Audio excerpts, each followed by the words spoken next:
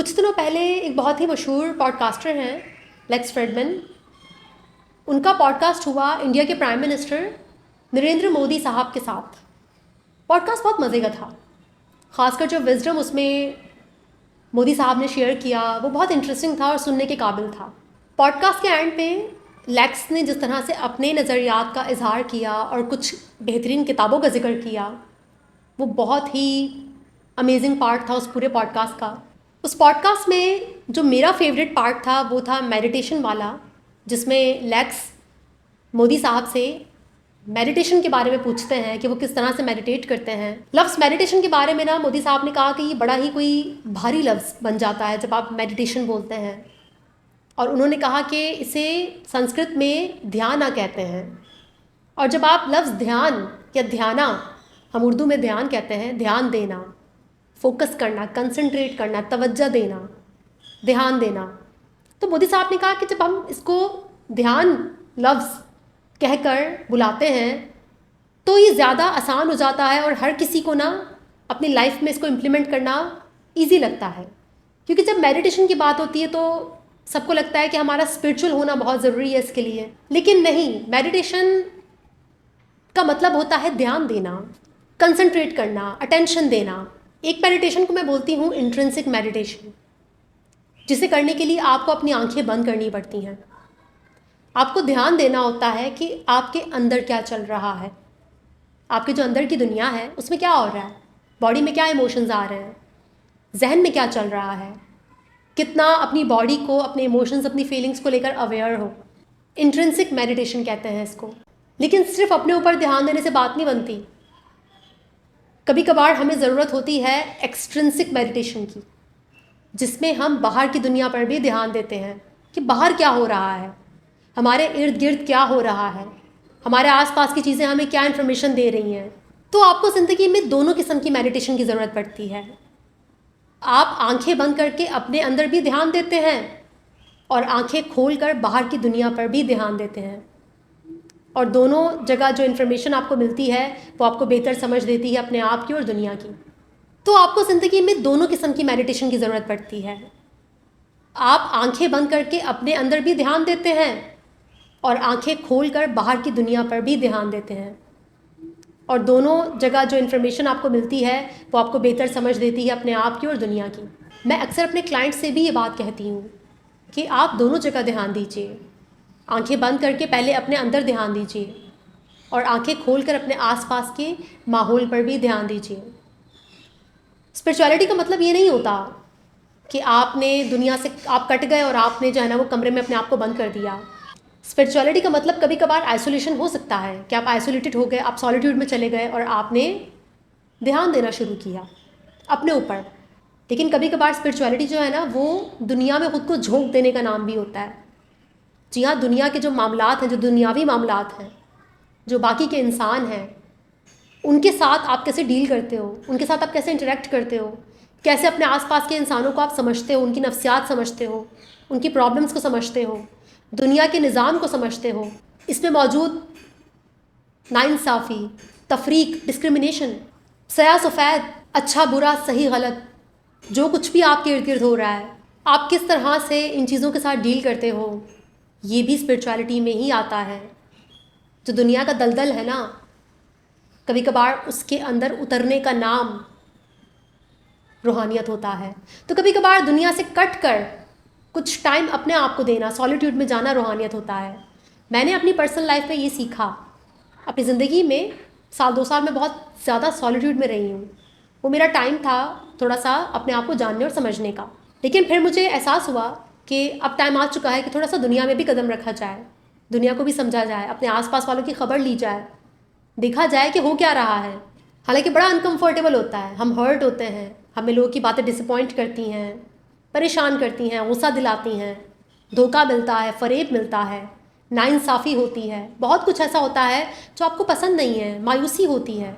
और वहीं पर तो आप सीख पाते हैं कि इंसान होना क्या है, इंसानियत क्या है, किस तरह से हमारी नफ्सियात काम करती है, किस तरह से पूरा निज़ाम चल रहा है, कितना केओस है, कितनी अफरा तफरी है, और उस अफरा तफरी को समझना और उसे एक्सेप्ट करना, उसे प्रोसेस करना, ये भी रूहानियत है।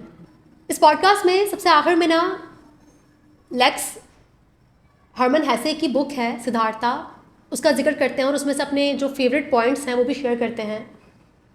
और सिद्धार्था में एक बात जो लेक्स ने शेयर की जो मुझे भी बहुत पसंद है कि बुद्धा से, सिद्धार्थ गौतम से, जिन्हें बुद्धा भी कहा जाता है, उनसे किसी ने पूछा कि आपकी बेस्ट क्वालिटीज़ क्या हैं। तो बुद्धा ने कहा, I can think, I can wait, I can fast. जी हाँ, मैं सोच सकता हूँ, मैं इंतज़ार कर सकता हूँ, और मैं भूखा रह सकता हूँ, या फिर आप कह सकते हैं कि उपवास कर सकता हूँ, रोज़ा रख सकता हूँ। ये जो 3 क्वालिटीज़ बुद्धा ने बयान की ना, ये बहुत बेहतरीन क्वालिटीज़ हैं। अगर आप इन्हें अपने अंदर बिल्ड कर लेते हैं ना, ज़िंदगी काफ़ी हद तक आसान लगने लगती है। और ख़ासकर जो आपके इर्द गिर्द इंसान है, या जो इंसानों की दुनिया है, जो हमारा सोशल फैब्रिक है, इसमें दूसरों के साथ इंटरेक्ट करने में हमें बहुत आसानी होती है फिर। क्योंकि सोचना यानी कि रिफ्लेक्ट करना, गौर करना, इंट्रोस्पेक्शन करना बहुत ज़रूरी है। जब आप इसको अपनी आदत बना लेते हैं ना, तो आप अपने साथ होने वाले हर वाक़ये पर सोचने लगते हैं, आप रिफ्लेक्ट करने लगते हैं कि मेरे साथ ऐसा क्यों हुआ। आप दूसरों को ब्लेम करने की बजाय खुद पर गौर करने लगते हैं कि मुझसे क्या गलती हुई, मैं क्या चीज़ समझने में नाकाम रहा, मेरे कौन से इमोशंस थे जो मुझ पर हावी हो गए, वो क्या था जो मेरे इल्म में नहीं था, मेरी अवेयरनेस में नहीं था। तो सोचना एक बहुत बड़ी क्वालिटी है। आई कैन वेट, इंतज़ार करना, सब्र। मुझ जैसी बेसब्री औरत ने अपनी ज़िंदगी में यही सीखा है कि सब्र करना बहुत ज़रूरी है। मैं बहुत इम्पेशेंट हूँ, इम्पल्सिव भी हूँ, लेकिन मैंने इसको अपनी लाइफ में बिल्ड किया है, इस क्वालिटी को, सब्र को, इंतज़ार को, क्योंकि मुझे इसकी अहमियत का अंदाज़ा है। जो भी इम्पल्सिव और बेसब्रा इंसान होगा ना, आप उससे जाकर आप पूछिए कि सब्र कितनी इम्पॉर्टेंट क्वालिटी है जो हम अपने अंदर बिल्ड कर सकते हैं। हमारा मज़हब भी हमें यही सिखाता है। तो सब्र करना, जो ग्रेटिफिकेशन है उसको डिले करना, जो प्लेजर है उसको मज़ीद डिले करना, आपको सब्र बिल्ड करने में हेल्प करता है, आपकी मदद करता है। आप पेशेंट होते हैं, और पेशेंस जो है ना वो बड़ी खूबसूरत चीज़ है। मुझे इसकी अहमियत का अंदाज़ा है। मैं थेरेपिस्ट हूँ, मुझे बहुत पेशेंस चाहिए होता है जब मैं अपने क्लाइंट से डील करती हूँ। बहुत से लोग आकर अपने फियर्स, अपनी एंजाइटी सब कुछ प्रोजेक्ट करते हैं थेरेपिस्ट पर, और एक थेरेपिस्ट को ना अपने अंदर इतना पेशेंस लाना होता है कि वो अपनी ईगो को साइड पे करे और सब्र से काम ले, पेशेंस से काम ले। किस तरह से वो अपने क्लाइंट को डील करे, और वक्त आने के साथ साथ वो जो क्लाइंट है वो अपने फियर्स को प्रोसेस करना सीखे, ना कि प्रोजेक्ट करना। वो अपनी एंजाइटी को प्रोसेस करना सीखे, ना कि उसे दूसरों पर प्रोजेक्ट करना। तो इसके लिए बहुत सारा पेशेंस चाहिए। आप मुझसे पूछें कितनी कीमती चीज़ है पेशेंस, और कितनी मेहनत से मुझे इसको बिल्ड करना पड़ा, क्योंकि मैं बहुत बेसब्री हूँ, मुझसे तो सब्र नहीं होता। तीसरी इंपॉर्टेंट चीज़ थी फास्ट।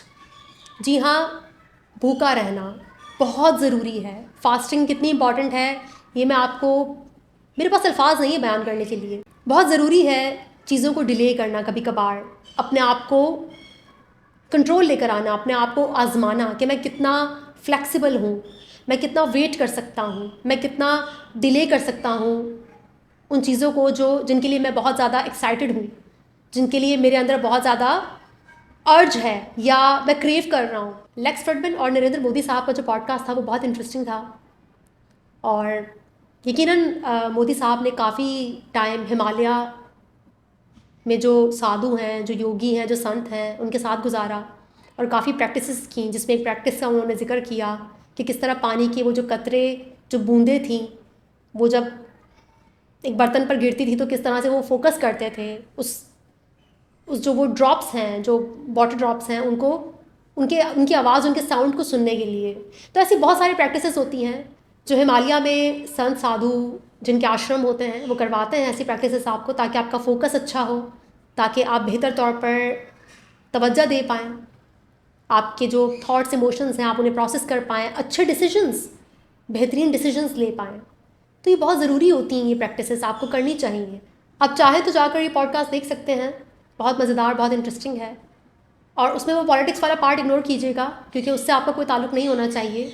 हाँ, जो विजडम वाला पार्ट है, जो मेडिटेशन वाला पार्ट है, जो नॉलेज वाला पार्ट है, आप उसे देख सकते हैं और उससे काफ़ी कुछ सीख सकते हैं। बेशक मोदी साहब के पास काफ़ी विजडम है शेयर करने को। वो पॉडकास्ट ज़रूर देखिएगा और हो सके तो हरमन हेसे की बुक सिद्धार्था भी पढ़िएगा अगर आपके पास वक्त हुआ कभी ज़िंदगी में। वीडियो को यहीं पर ख़त्म करते हैं, इंशाल्लाह नेक्स्ट वीडियो में मुलाकात होगी। तब तक के लिए अपना बहुत ख्याल रखिएगा। Thank you so much.